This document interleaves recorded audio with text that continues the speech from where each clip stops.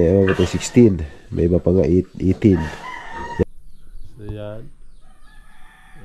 Tara na, tulungan ang bawat isa. Right, good afternoon mga Pranstar. Sa lahat ng mga viewers natin dyan, kumusta na kayo? So update ko kayo mga Pranstar sa ating bahay, sa ating mga alagang baboy. So pakita ko na muna sa inyo mga Pranstar yung baboy, no? Kasi nung nakaraan yung isa kong baboy ay hindi ko na ipakita ko sa inyo. So para maging ano lang ba, maging sa gusto mga alaga ng baboy, parang at least meron kayong idea.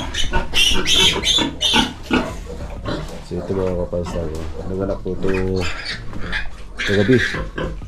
So napakaganda ito mga Pranstar kasi yung nanganak ko ay wala problema dahil kasi nagigising ako alas 2 at nanganak na siya. At nailabas na po yung siyam na lahat na biik. So salamat ako kasi napakabait na itong baboy mga Pranstar. Kasi iba pa yan, maaaring mamatay. Depende din sa baboy. Kasi may ibang mga baboy mga katulad nito, mababait talaga ito mga Pranstar. Ayan.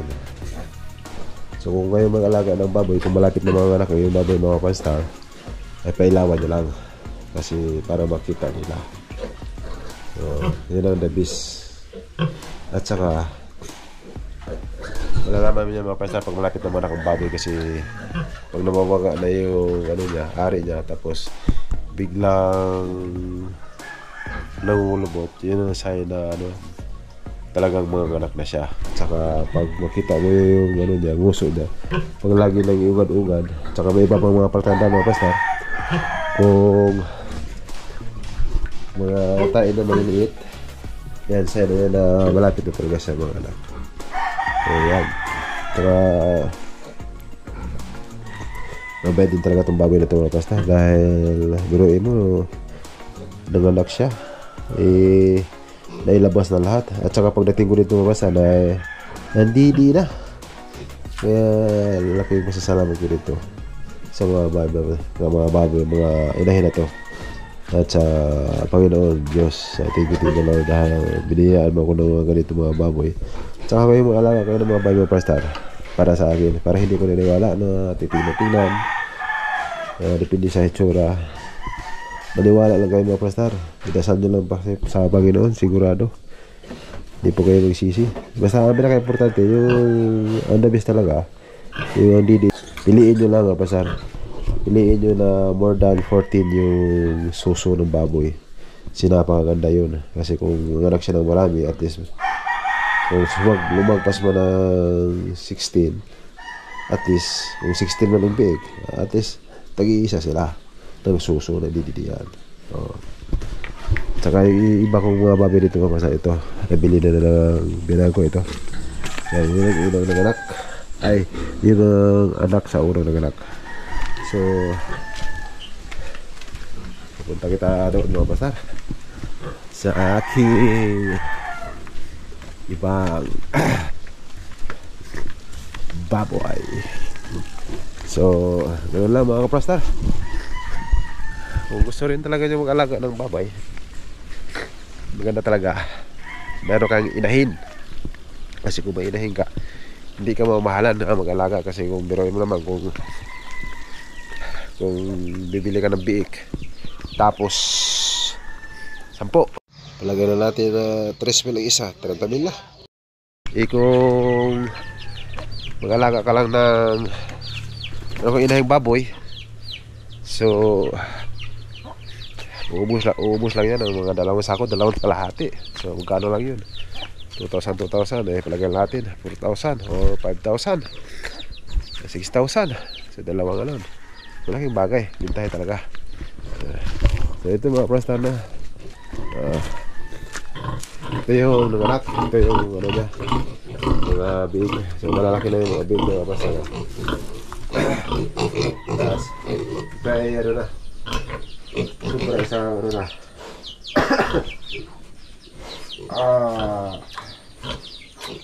so wala na nawala yung na for 13 days. Wala dito mga Pranstar. Ito mga Pranstar maraming pag pagkatingin dito parang hindi daw maganda gawing inahin. Bakit? Kasi pa unang-una maliliit yung mga didi, mga maliliit na talaga didi dyan mga pastar. Tapos yung tsura daw iba, tapos maliliit yung ari ng inahin. So hindi ako nag-alinlangan doon, kasi tinuloy ko lang tinuloy. So unang panganak niya ay okay naman, 6 nga lang anak, dahil ano yun ang sabi nila, pag unang anak daw ay kunti lang daw anak, hindi naman siguro, depende naman siguro. Hindi ako ng ano mga pastor, pakita ko lang sa inyo. Yan.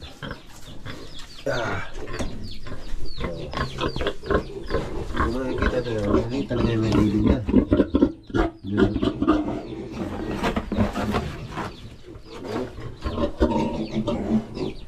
So sabi pa nga na iba ay ano daw, patay yung didi, hindi madidian. Pero okay naman mga pastor.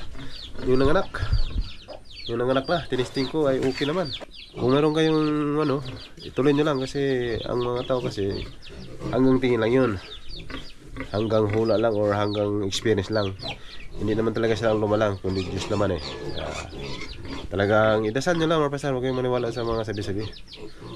Doon nyo na malalaman kung makapag-alaga na kayo, kung totoo hindi, kasi malalaman, may experience mo yan eh, kung ano ba talaga, kung okay ba talaga. So sa aking experience ng mga pastor, okay naman.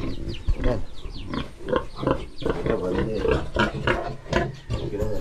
Dami ng malining gatas, wala sa liit, wala sa ano, basta dami dito.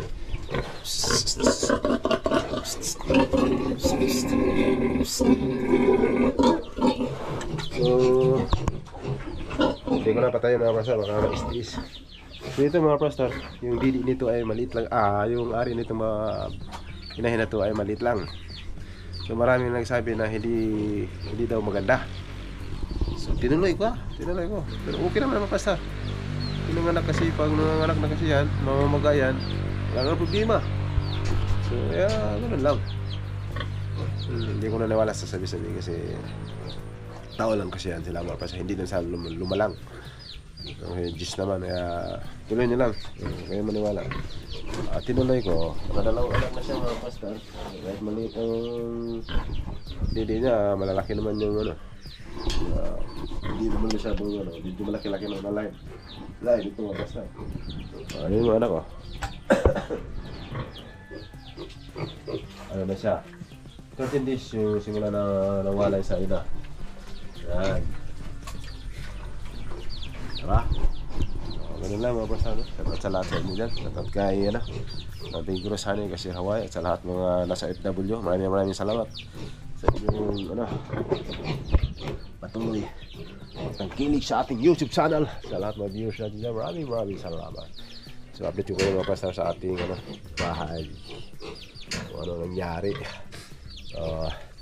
So yung bahay natin ay dinahandahan na natin. Alam nyo naman na mahina ang ating YouTube channel. Pero tuloy lang tayo sa ating pangarap. Kasi kung mangarap tayo ay hindi po na tayong huminto. Kasi kung huminto tayo ay talo na tayo dyan mga pastor. Yan, may kasabihan tayo. Kung ano man ang mga plano sa buhay, ituloy mo lang. Kung ano mang paghuhusga sa tao, huwag mo pansinin. Kasi kung pansinin mo yan ay wala ka ng pag-asa, ay hindi mo na mapatuloy ang inyong pangarap sa buhay. Yan lang mga pastor. So ito, yan po yung itsura ng bahay natin mga pastor, no? Yeah. So itong bahay ko mga pastor ay yan.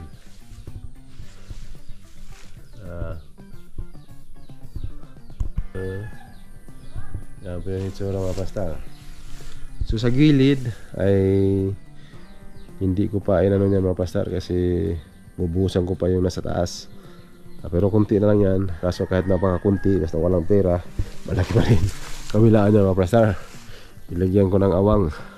Hindi ko muna pinapaako or pinagrenderan, kasi yun nga, kailangan ko pa buhusan sa gilid-gilid dyan. Pipinisin pa yan bago i-fix. So yun, ganun talaga buhay. Uy, dito sabi ni Kuya.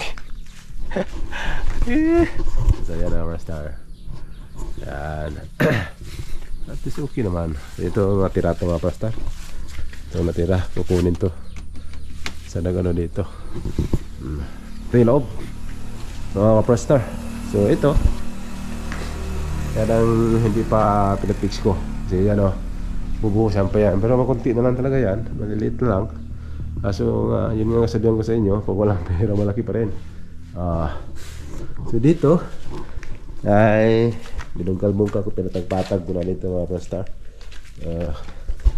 Pero yung boring natin hanggang dito yan. Label yan dyan mga star. At least na ano, tapos nilinisan ng mga anak ko at saka si Mrs. Dito rin ay yan, hindi pa talaga totaling pinatag ko. At least ano kasi ito mga star, medyo matas-taas, tapos nilibel-libel ko. Pero ano, ito naman ay hiniga-higaan ko tanghali kasi hindi masyadong mainit. So yan ay sobrang sipar lines. So pag mga lago-lago mga star, mag-additional ako ng mga 10 feet or 12 feet dyan para pag mga bisita tayo hindi dimiretso, at least dito. At saka para na rin hindi madiretso yung ano ba, hindi mabasa yung ano natin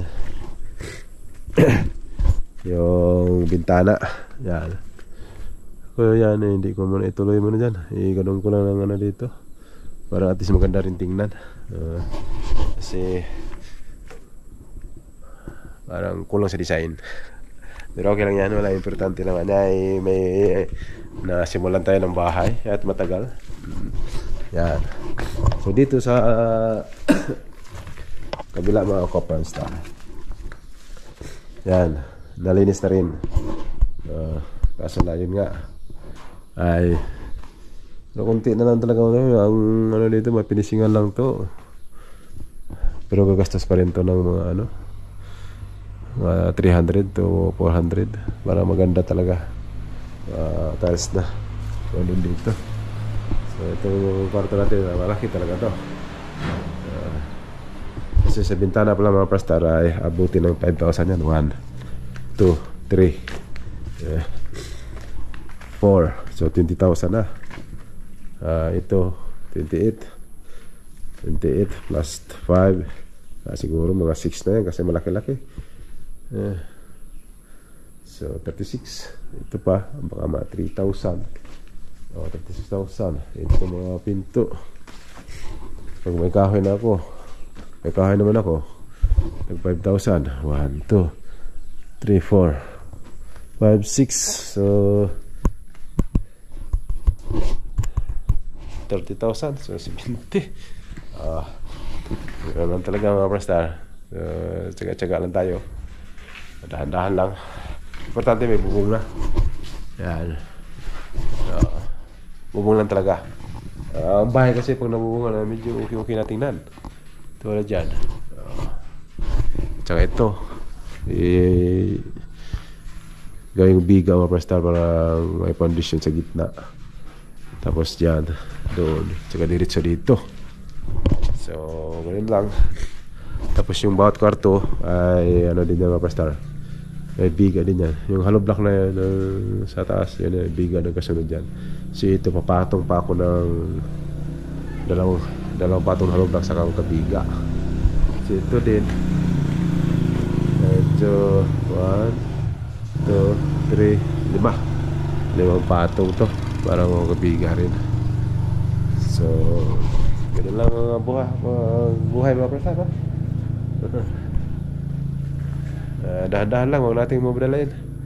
Kasi kung mamadali, tayo ay magkamali. Medyo sinipon din ako mapastangan. Busok kasi ako bubusi po ngayon. Ganun lang ang buhay.